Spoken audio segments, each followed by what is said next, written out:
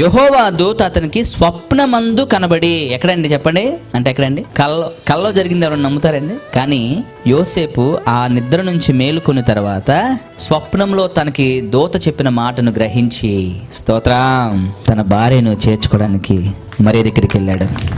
ఒక భయంకరమైనటువంటి మానసిక వేదన ఎప్పటి వరకు? యెహోవా దూత దర్శనమిచ్చేంత వరకు. ఎవరికి? యోసేపుకి. ఒక భయంకరమైనటువంటి మానసిక వేదన ఎవరికి? మరియకి.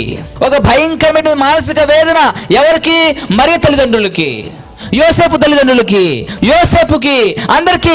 ఏంటిలా జరిగింది? చిచ్చి, ఏంటిలా జరిగింది? చిచ్చి, నేను చెప్పేది వాళ్ళకి అర్థం కావట్లేదు. మరియా, ఏం చెప్తున్నావు నీకు అర్థం కావట్లేదు. యోసేపు, మిగతా వాళ్ళందరూ కూడా మరిని ఒక తక్కువగా చూచి, ఇది అసలు హౌ ఇస్ ఇట్ పాసిబుల్, ఇది ఎలా సాధ్యము, నీకు ఇంకా వివాహం కాలేదు కానీ నువ్వు ఇంకా గర్భవతివి, నువ్వేదో కథలు చెప్తున్నావు అని ఆమెను ఎంతగానో విమర్శించినటువంటి, అవమానించినటువంటి సమయాలు ఎన్నో ఉన్నాయి.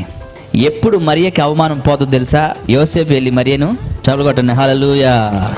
When Joseph goes to Mary and when he takes her, ఎప్పుడైతే ఆమెను ఆయన దగ్గరికి చేర్చుకుంటాడో అప్పుడు ఎవరు అవమానం పోయింది? మరియ అవమానం పోయింది. ఎవరు అవమానం పోయింది? యోసేపు అవమానం కూడా పోయింది. ఎవరు అవమానం పోయింది? వాళ్ళ తల్లిదండ్రుల అవమానం కూడా పోయింది. స్తోత్రం.